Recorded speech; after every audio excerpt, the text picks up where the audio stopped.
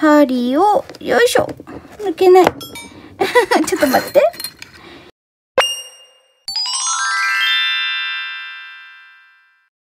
いつもありがとうございます。手芸のロマンを探索する手芸所、サリーです。今回はこちらのクチュリエさんの積み立てを集めた花と木の実のサンプラー刺繍フレームの第254番ハゼランを刺繍していきます。これまでの積み立てを集めた花と木の実のサンプラー刺繍フレームの回の動画は概要欄に再生リストが貼ってありますので、そちらもよかったらよろしくお願いします。そしてチャンネル登録やいいね評価、コメントなどなどいつも本当にありがとうございます。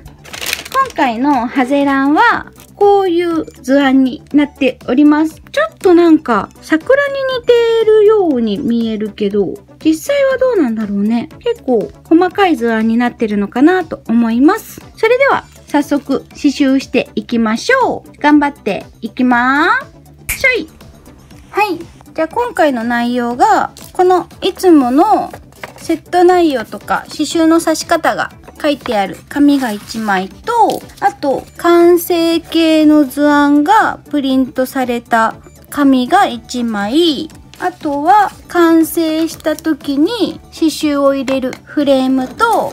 あとは図案がプリント済みの布が1枚で、これは後ろに刺繍しやすいように接着芯も貼ってくれています。あとはこれ今回使うのかな、この茶色いビーズが入ってるのと、今回使う刺繍糸6色分、あと今回はビーズもあるので、そうだね、こっちの頭の部分がゴールドに塗られている方が見えるかな、こっちのゴールドに塗られてる方が刺繍針で、こっちの塗られてない方、こっちのシルバーだけの方がビーズ刺繍用の針となっております。そしたら刺繍枠をはめていつもの通り刺繍をしていきたいと思うんですけど、サンプラー刺繍いつもここの茎のあたりから始めていくので、今回もそんな感じかなと思います。そしたらこの中のこれかな、渋緑の刺繍糸を2本取りでアウトラインステッチでまずは茎を刺していきたいと思います。はい、じゃあ渋緑の2本取りに持ち替えたら、まずこの部分、茎の部分をアウトラインステッチしていくので、適当なところでステイトをしてあげて、でこの抜けちゃった、ステイトして、ここの端っこの部分からアウトラインステッチをしていきます。なんかいつも茎って3本取りのアウトラインステッチのイメージがあるけど、今回お花自体が細かいから2本取りなのかな、なんかそんな感じがします。よし。でこの枝分かれしてるところも刺していくんですけど、枝分かれしてるここまでは、この一番長い部分、枝分かれしてすぐの部分まではアウトラインステッチで刺していくんですけど、それよりもさらに分岐したこの先の部分、ここら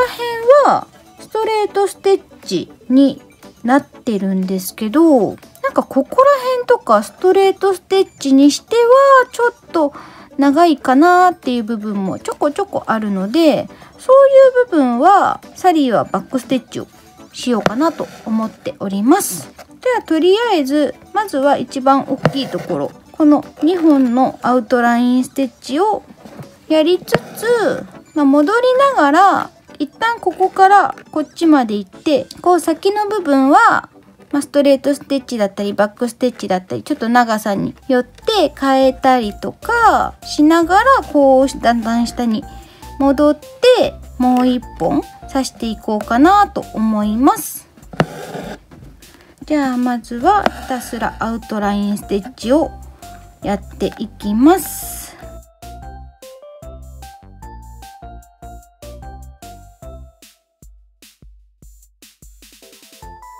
よし、ここまで来たらこの細かい部分は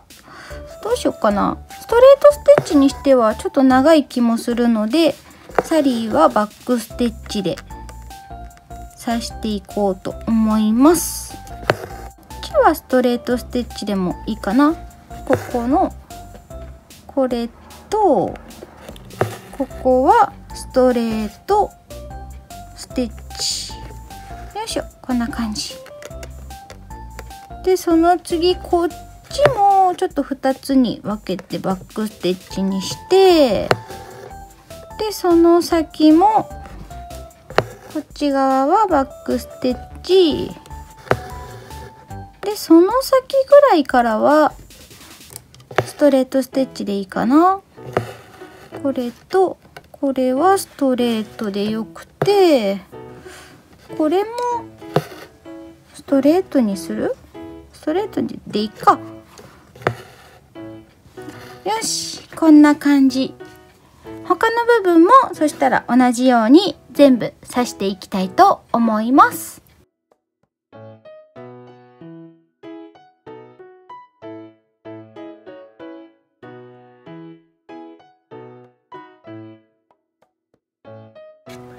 はい、じゃあこんな感じで茎が全部刺せたら、今度はこのピンクの3本取りに持ち替えて、この一番大きいお花の部分とか、あとここら辺の咲いてるお花、それからここのつぼみの部分と、あとここの部分かな、ここの部分の、これもつぼみなのかな、実なのかな、この部分もピンクがあるので、それらを刺していきたいと思います。で、まずこっちの大きいお花の花びらを刺していくんですけど、これはこの花びらのそれぞれの方向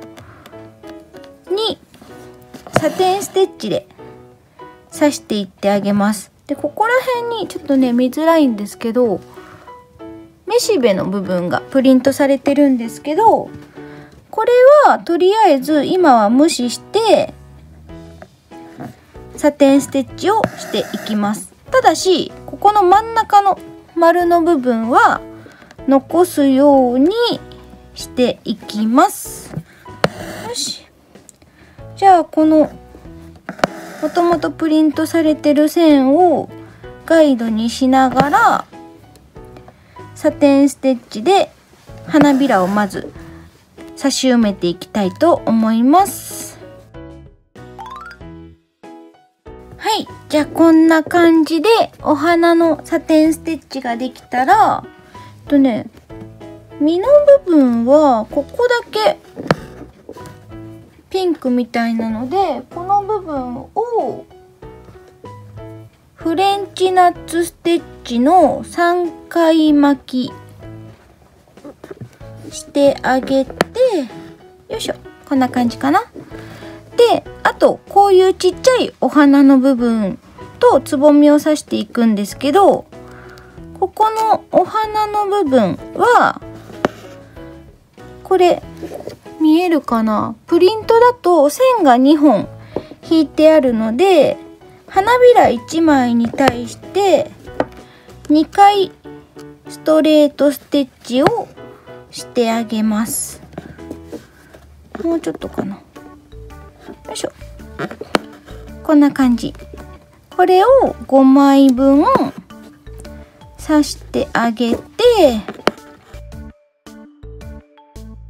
よし、こんな感じ。ストレートステッチ2本ずつでお花が刺せたので、他の部分も同じような感じで刺していきたいと思います。よし、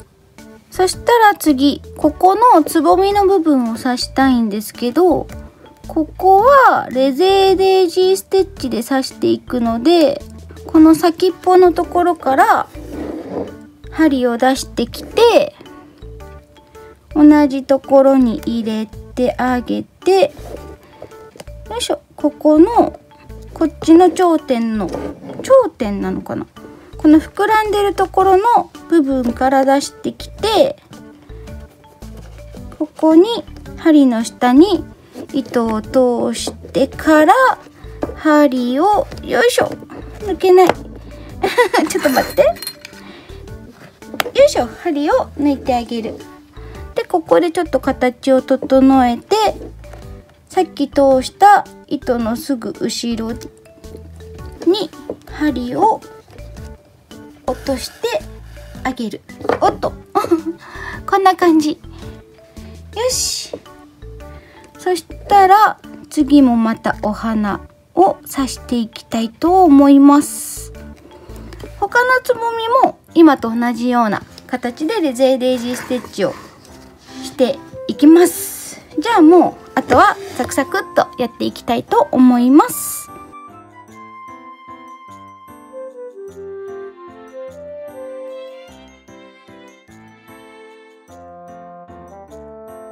はい、じゃあこんな感じでお花とつぼみ、あとピンクの実の部分が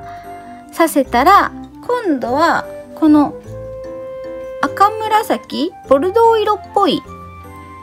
刺繍糸の3本取りに持ち替えて、この実の部分で、ビーズを使わない部分を刺していきます。この実の大きさがここら辺ところどころに明らかにちっちゃいやつがあるんですけど、このちっちゃい部分に関してはフレンチナッツの1回巻きで、他の部分こういうあんまり小さすぎないやつに関してはフレンチナッツの3回巻きで刺していきます。じゃあ見本を見ながら場所を確認しつつ、ひたすらフレンチナッツステッチをしていきます。はい、じゃあこんな風に実の部分が刺せたら、次はまだ残ってる実の部分をこのビーズでビーズ刺繍をしていきます。さっきと同じ色の糸の今度は2本取りにしてあげて、端っこの方がいいかな、端っこの方から糸を出してきて、ビーズを一粒、おっとビーズを一粒すくってあげます。で位置を調整してあげて、反対側に針を落とす。こんな感じで、このビーズの向きは縦になるように刺してあげます。この1回だけだとちょっとグラグラしちゃって不安なので、もう1回際から出してビーズの中を通って際に落としてあげる。よいしょ。こんな感じで2回やって固定してあげます。じゃあ同じことをあと全部残ってる分だけやっていってあげます。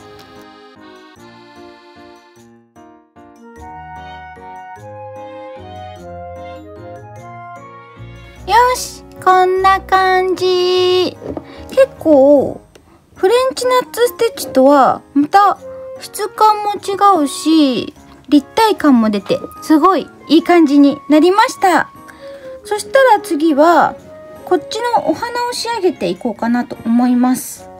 まずはここの今空いてる真ん中の部分を刺していこうと思うので、この黄緑の糸を3本取りに持ち替えて、フレンチナッツステッチ2回巻きを1回してあげます。ちょっとややこしいね。ちょっと持ち替えていきます。はい、じゃあ黄緑の3本取りに持ち替えたら、ここのお花の真ん中から出してきて、フレンチナッツを2回巻きで刺してあげます。よいしょ。はい、刺せた。これでこのね黄緑の分は終わりかな多分これだけしか黄緑使わないはず。そうだね、やっぱそうだね。そしたら次はもうね埋まっちゃってるんですけど、このお花のこの周りというか、ここにプツプツっとめしべなのかな、おしべなのかながあったと思うんですけど、そこの部分を刺していきますので、今度は黄色の1本取りに持ち替えて、フレンチナッツステッチの2回巻きをひたすらやっていきます。はい。そしたら黄色の1本取りに持ち替えて、もうね、だいぶ埋まってしまってるので、見本を見ながらフレンチナッツステッチをしていきたいと思います。で、フレンチナッツの巻く回数は2回巻きで刺していきます。よいしょ。ちょっとバランスと見本を見ながらひたすらやっていきます。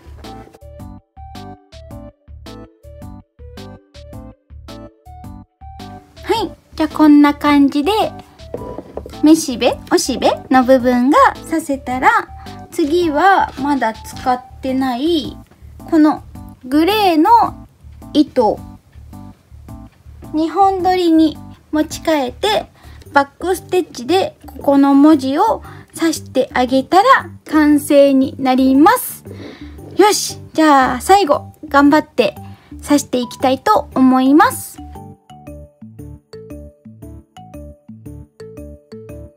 じゃん！積み立てを集めた花と木の実のサンプラー刺繍のハゼラン完成しました。で、今回もちょっと Y が潰れちゃったけど、一応サリーのサイン入りとなっております。6月にサリーのチャンネルが1周年なので、その時のプレゼント企画のプレゼントにしたいと思っております。で、結構今回ビーズ使ったりとか、あ